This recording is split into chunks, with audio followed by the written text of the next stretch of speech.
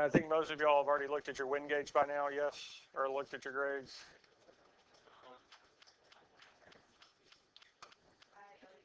So the bonus, again, there should be only, there most likely there's only going to be one bonus assignment I'll give out that I'll put in the grade book. Pretty much all the bonus points that are awarded will go in there. I just put them in one row so I'm not having to worry about it or track it. Used to be I'd go and put it in other assignments. I've gotten away from that because that's hard to track, hard to keep track of, so I'd throw it in the first column. And because it's a simple point, bonuses category is 0. There's no points awarded for it because then it's not actual bonus thrown on top. And at this point, because I haven't gone through and put the bonus in yet, then you haven't got any assignments yet, so you've earned 0 points. So, well, can we divide by 0? No. So this here is really considered undefined. You really do not have a grade. So for some reason, the wind gauge throws it in as an, yeah, I don't know why it does this, but because as soon as, say, we put the syllabus in, you've now earned 50 points out of the total of, yep. Or as soon as I put an assignment in, it'll make the denominator not be 0, and you actually have points, so it can actually calculate it. And we also haven't started, what is it, the fail list, which is, trying to think of the name, eligibility. So that doesn't even matter at this point. Just having a 0 out of 0 as an F doesn't make, we haven't done eligibility. And again, you're not going to be staying there. It's, as soon as we start getting stuff turned in, it'll change it. Any questions on the homework before we get started? We're talking about lines today. Equations of a line. Now I am going to start going back through and fixing these slides because they are very blurry, would be, I think, the best way to put it. So they'll hopefully start looking a lot crisper, a lot cleaner here shortly once I get time to actually redo the slides and make them look a little bit nicer. Because up to this point, it's not been an issue because the screen quality or the pixel size has not been to a point where it actually mattered. So we're looking at this here equation of a line. Hopefully, this is nothing new because you all have written an equation of a line. Y equals mx plus b. And that's really most of what we're doing today is equation of a line, predicting points, figuring out where they'll cross, where they're equal, which one's increasing faster, which one's increasing slower. That's mainly what we'll be looking at today. All right? Now, the general form of what we call slope-intercept form is y equals mx plus b. Now, for those of you who haven't had me in class, I do find that most of the ways that mathematicians name things is almost like a toddler naming things. Not to belittle them or their intelligence, but almost if you give a toddler a bear, they name it Bear or Teddy, because Teddy Bear is pretty much exactly what it is. Yes, they name it what they see. For this here, they named this equation slope-intercept form. Well, the M stands for what? Slope, and B is the y-intercept. Well, this equation has slope and intercept, so we'll call it slope-intercept form. They named it exactly what it is. Given slope and a point, we have point-slope form. It's again exactly what it is. We're plugging in a point and we have a slope, so it's point-slope. Now, there is something referred to as two-point form, or I'll call it two-point form, but there's not a whole lot of reason to use it because essentially what this is, you don't have to write this down. They're taking point-slope form, and instead of plugging in the slope, they plugged in the equation for the slope.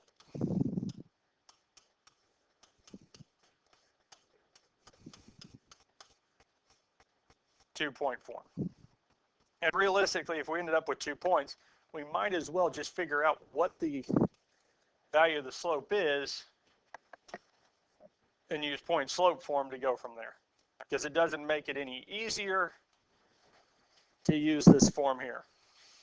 Because there's just this, in my opinion, is just way too much going on for us to try to keep track of everything. So I wouldn't use this. I would just calculate slope, and I'll write it up here again.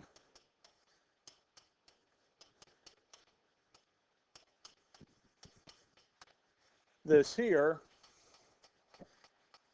figure out what the slope is for those 2 points, then use point slope and go from there. Because that's going to be a lot easier than trying to use the 2-point form.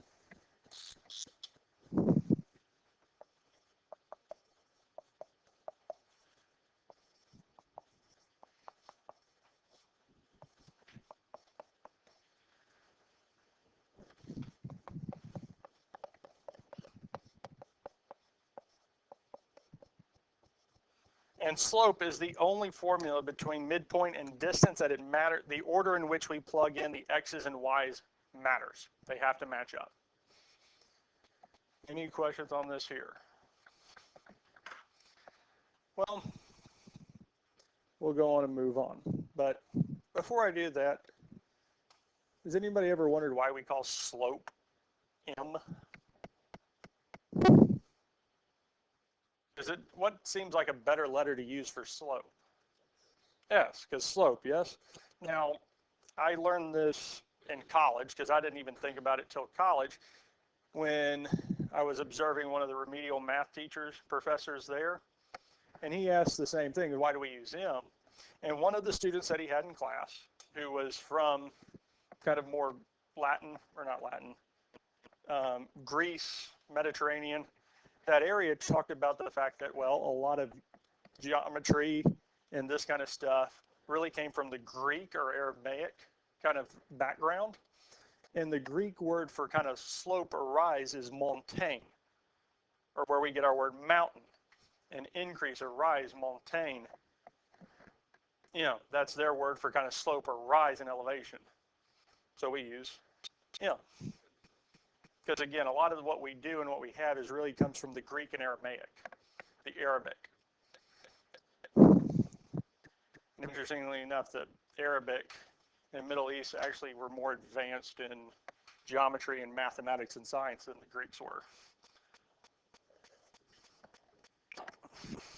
Now, this is the first problem we're looking at. The graph shows the distance asteroid A2012 DA14 travels in x seconds. Write an equation of the line and interpret the slope. The asteroid came within 17,000, so that's the first part. The asteroid, bless you, came within 17,200 miles of Earth in February 2013. About how long does it take the asteroid to travel that distance? Okay. So the first thing we need to do is define the equation of the graph. So really we need 2 things for this. We either need the slope and a point or 2 points. Do we have at least 1 point? Yeah. Okay. We have this right here. We have a point. And we actually have another point, because where did this graph start out at? All the way down here, yes? And that point is actually 0, 0. So we're actually given 2 points. We're given the point 0, 0 and 524. So if I want to find the slope, there's 2 ways we can talk about it. So we can use slope. We can use our y2 minus y1 over x2 minus x1, or we can count the rise over run. Now, if we use the equation, one of our y values is 24. And its corresponding x value is 5. Because whatever y value we put first, we've got to put its x value first. Whatever y value is first, its x value has to go first. Now, the other point we had was minus 0 minus 0. So we put the second y value next over the second x value, its corresponding x value. Now we need to simplify. Will the calculator do this here, 24 minus 0 over 5 minus 0? It's all numbers, isn't it? So can the calculator do it? Yeah, at this point we can plug it in because that's all we need to do. Now if we did this by hand, 24 minus 0 is, 5 minus 0 is,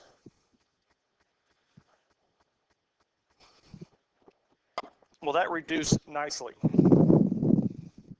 No. So our slope is 24 over 5.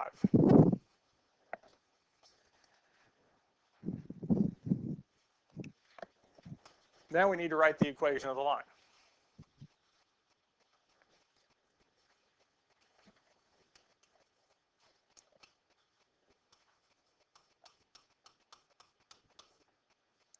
And we can use this form here.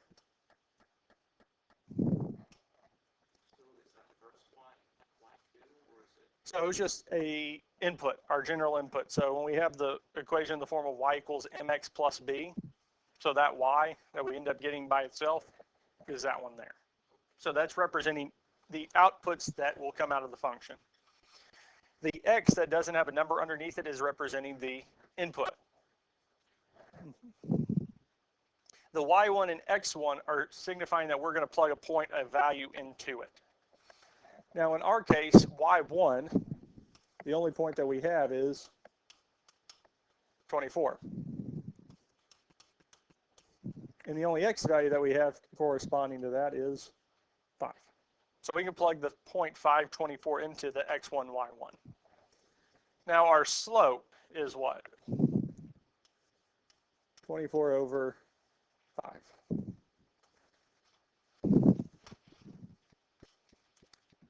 Now we're almost done. We do need to get y by itself because we need to finish any of these here. When we talk about finding the equation of a line, we need it in the form of y equals mx plus b. Now the first thing we can do here is to multiply both of these by 24 over 5.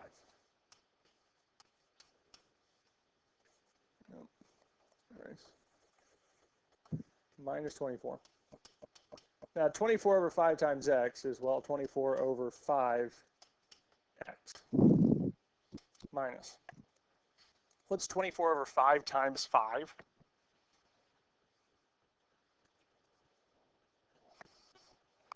I'll write it out.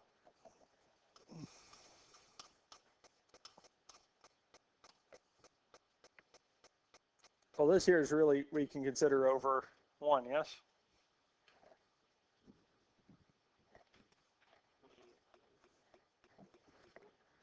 The 5 over 5 would cancel.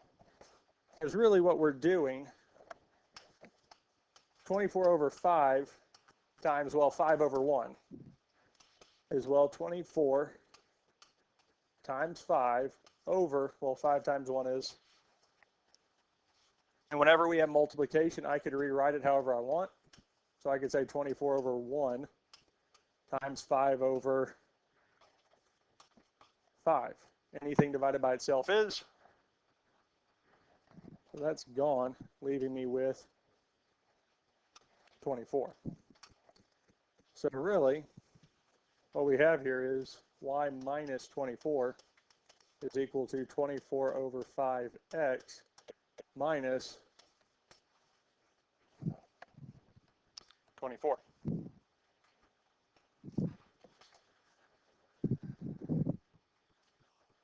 Questions on this here? Now again, we still need to get y by itself, so what would we do next? Add 24 to both sides. And the reason we're doing this here is because over here, those would cancel, telling me y is by itself, yes? Because negative 24 plus 24 is indeed 0, yes? I will still have 24 over 5x, 24 over 5 times x. And over here we have negative 24 plus 24, which is?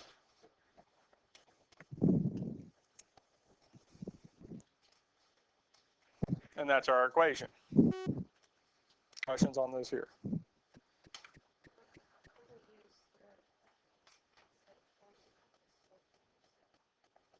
We can use slope-intercept if we know what the y-intercept is. Do we know what it is? Well, what was it? 0, because the y-intercept, no, that's a good question, because the y-intercept is where the graph crosses the y-axis, yes? And where does it cross the y-axis? So did we actually know it? Yeah. We could have said +0 or just left it as this here. But if that's not something that occurred to us, we could actually have done this here and we still get to the same point. Any questions over this so far? We're good? Okay, so let's check to see what we need to do. So write an equation of a line, did we do that? Interpret the slope, did we do that? Well, no. Because what do we have here? Time and distance, yes? Now what interpret the slope means, it's, let me get this pencil, pen. It wants us to describe in words what the slope 24/5 is telling us. Now the 24 is our distance in what? Miles, yes? And our x-axis is our time in seconds, yes? X and Y, just reading the graph. So, and the x value corresponds with our 5, yes? So it's telling us for every 5 seconds, it travels how far? 24.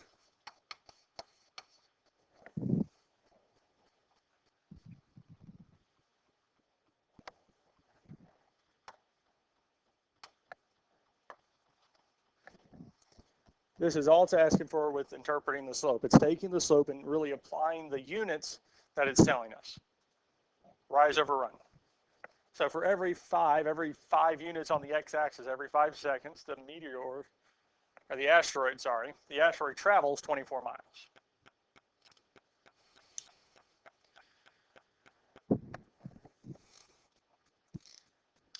Questions on this here?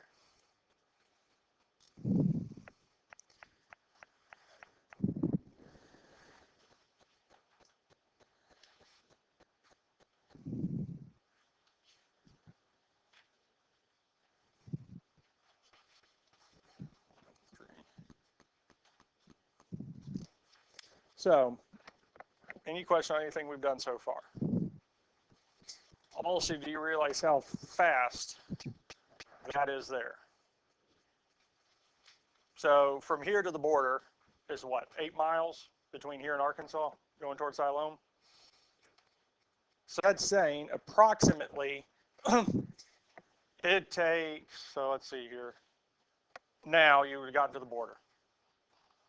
So about a 1 and a 2, either 1/3 or 2/3 seconds, you can go from here to the border at that speed. Because that's saying for every 8 seconds, you're traveling 24 miles. That's faster than any car. So that's really fast. Okay. So again, let's just make sure we did everything. So we found the equation of a line, we interpreted the slope. Pen back out. The asteroid came within 17,200 miles of Earth in February 2013. About how long does it take the asteroid to travel that distance? Okay. So we need to figure out how long it takes for it to travel 17,200 miles. So there's 3 parts to this. And most all the ones that we'll have more than one part. Okay. I'm going to erase this here. Okay. Where are you going? Now, we found the equation. Y is equal to 24/5 x. Now, which one's distance, x or y? Which variable is distance? Y, because that's our y-axis is distance, yes? So to solve this one here, we need to see when y is 17,200 miles.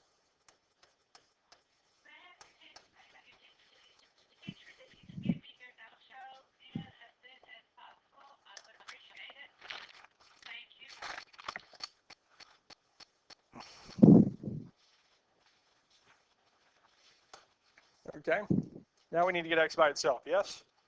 Whenever we solve any equation like this here, we always deal with addition and subtraction first, adding and subtracting stuff to both sides, in order to get x by itself. Well, is x by itself? Yeah, I mean, we have 24 over 5x, but there's nothing being added to it. All the variables are on one side, the numbers are on the other, yes? So now we need to get the number in front of x to be 1. What can we do to 24 over 5 to get it to go away? We can divide both sides by what?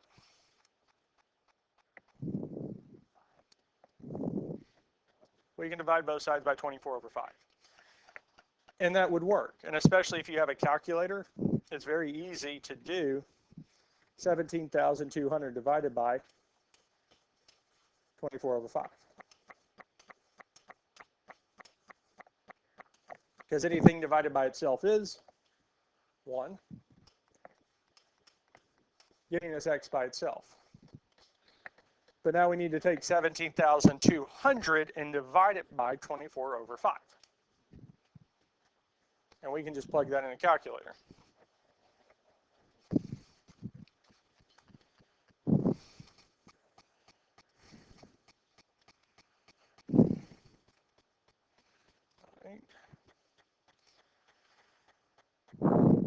And we get 3,583 and 1/3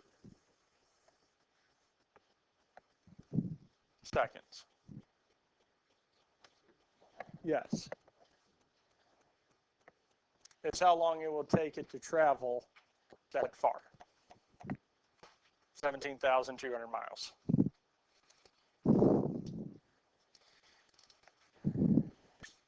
And if I remember correctly, that's not even the circumference of the Earth.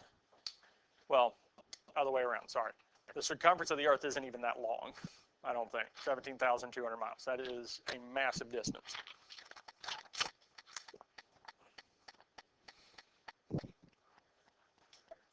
Have we answered all 3 parts? That's it. So we had to find the equation, kind of interpret the slope, really interpret the slope as just turning what the slope is telling us into words, and then solving the 1 part. Questions on this here?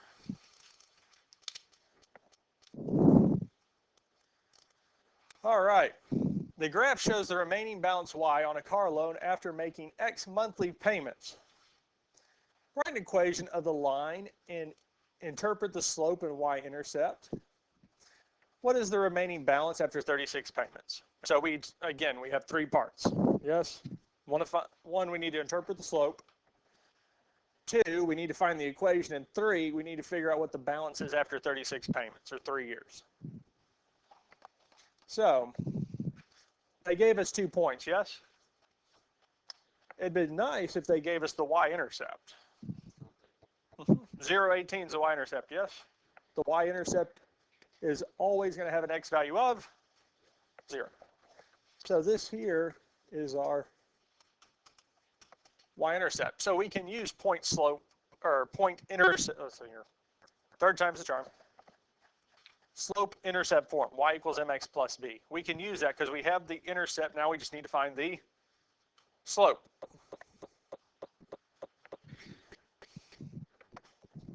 So y equals x times the slope times x plus, what is our y-intercept value? 18.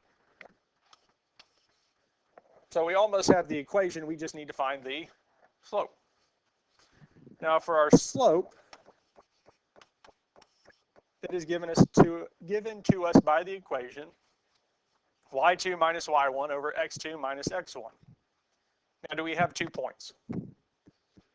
Yeah, we have 0, 18 and 10, 15. What is one of our y values? 18. You're good? Because 10 would be one of the x values. 18 minus the other y value is 15. Now, it doesn't matter which one I pick first. I could have, as we put here, 18 first, or we could have put 15 first. Either one does not matter. But once I picked one, once I picked that 18 goes first, its x value, 0, has to go first. Since 18 went first, 0 has to go first for x. If we had to pick 15 first, 10 would have to go first. They have to match. Minus 10. Questions on this here? Now we could plug this into calculator to get our answer. Or we can do this by hand. 18 minus 15 is 0 minus 10. So our slope is negative 3 tenths. And that doesn't reduce nicely. I mean, we could reduce it to a decimal and get negative 0.3. But here, I'm going to leave it as negative 3 tenths because, again, we still need to interpret the slope, yes? Rise over run. How far are we moving along the x and up or down? So we have 3 and 10, yes? Where x, our 10 is the number of payments, yes? And y is our balance, yes? Now, one of those we do have to apply a negative approach to it, either up or down, kind of like increasing, decreasing in passage over time, yes? And the number of payments, can we consider it to be negative? Can you make a negative amount of payments? No. So that negative can't be applied to the number of payments. But so the other one is balance. Can we have a negative in balance? Yeah. We don't have to say a negative amount. We could say what? We are, what's another way to talk about payments in a negative way? Or, left. Or we're paying off this amount because we're talking about the amount going down. Is that still considering it to be negative? Because if you're paying something off, the amount is decreasing. Or we could say that it is lowering or shrinking or reduced. Because for this here, I'll get the text pen back out. We could say what? For every 10 payments, the LAN balance is reduced by what? 3. Well, let's see what it does with that 3. By 3. Okay.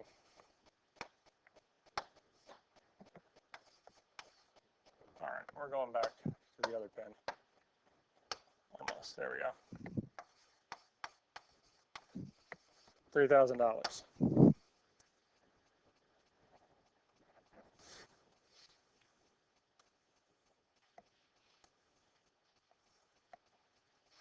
Now, we will have these on the homework where we have to describe the slope or interpret the slope. Now, is this the only way that we could have phrased this? No, I mean, there's hundreds of different ways we could have said the same thing. Because the balance is lowered by $3,000 for every 10 payments. That sounds funky, but I mean, it's still describing the same thing. For every 10 payments, or we could have said for every 5 payments, the balance is lowered by $1,500. Still saying the same thing, isn't it? I mean, there's different ways we could say it. And again, when I look at this here, the main thing I'm looking for, are you getting across what the slope is described? That's all it's really getting after. Do you understand what the slope is telling us? Okay. Questions on this here? Did we get answer every part of this question? No. What? After 36 payments, yes? Now for us here, is the number of payments X or Y? Yeah. Yes. No, go on. What are you going to say? Take a stab. I think you might be right. Okay. Now, the number of payments we said is what? X, yes? So X is going to be?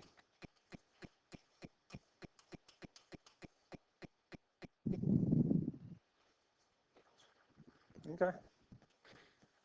Is everything over here a number? There's no variables over there. except for y, right? But it's on the other side. Could I type all this here into the calculator? If that's the case, we'll just type it into the calculator and let it do it for me. Because we can say negative 3 tenths times 36 plus 18, hit enter. And it'll give you as most likely as a fraction.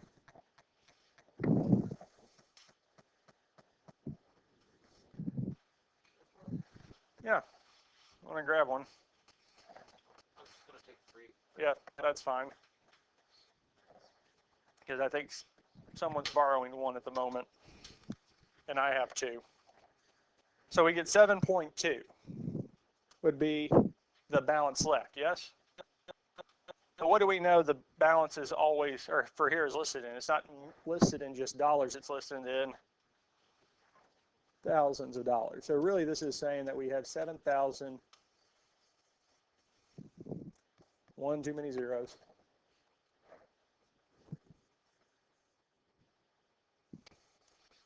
$7,200 left on this here.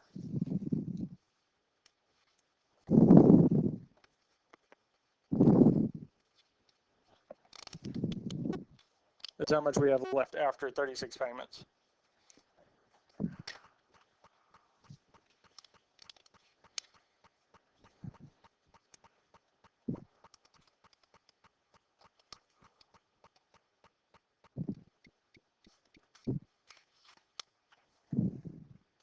So 36 would be somewhere right around here. Yep, that looks about where we should be.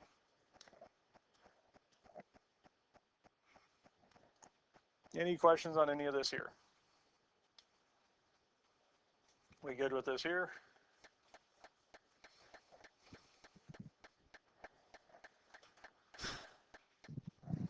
Not too bad so far.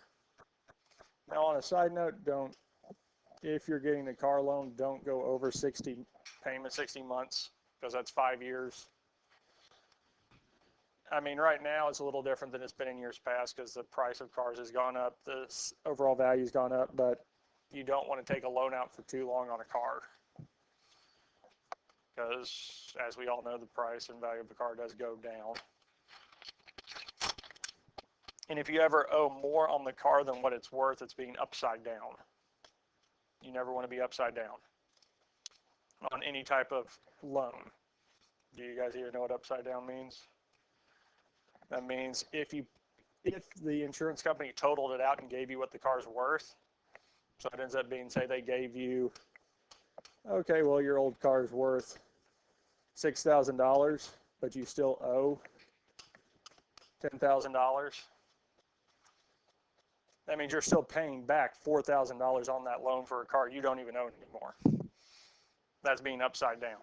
You owe more than it's worth.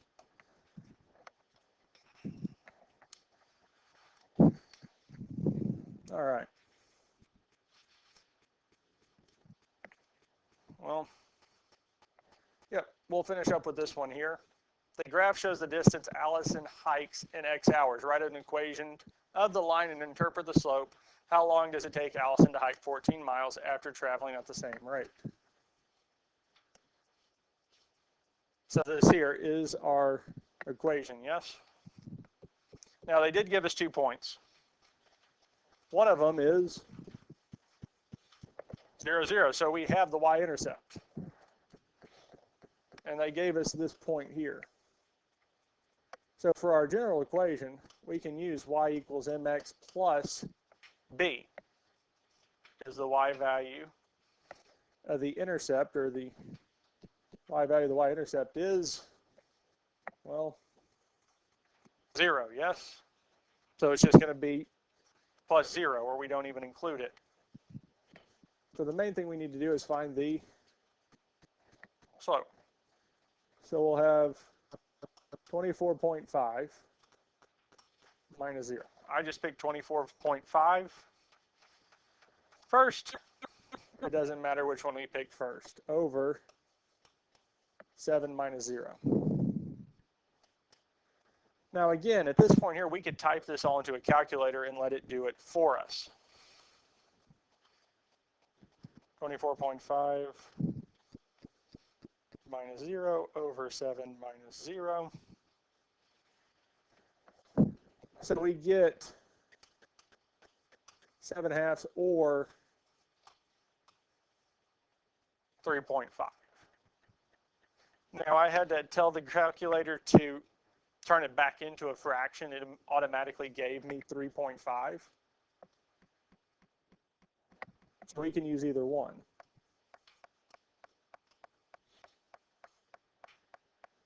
So we can use 3.5 or 7/2.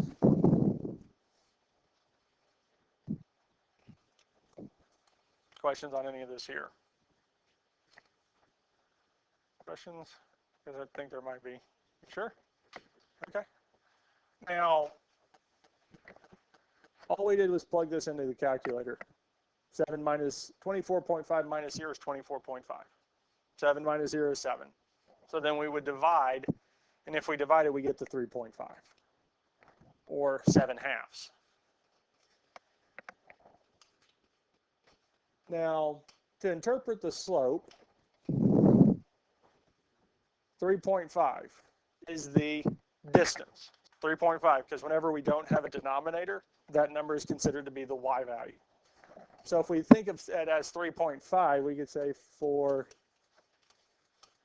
every hour she travels 3.5 miles.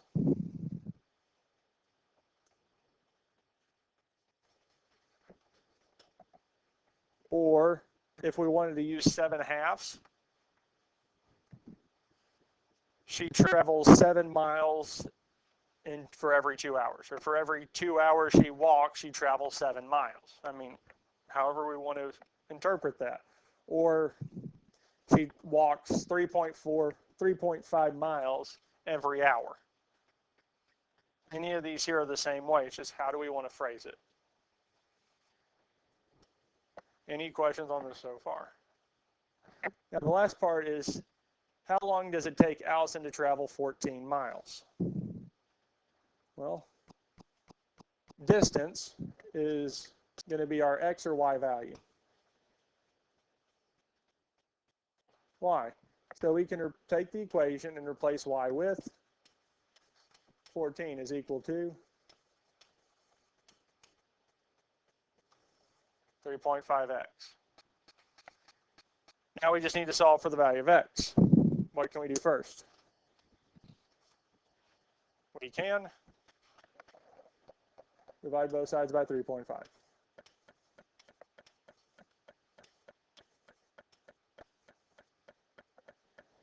Because anything divided by itself is 1. So that does give us x by itself. So the last thing we need to do is just divide 14 by 3.5.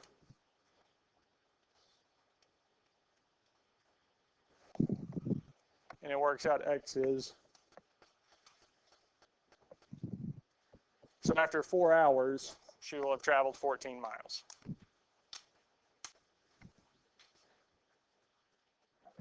Questions on this here? That's where we're going to stop.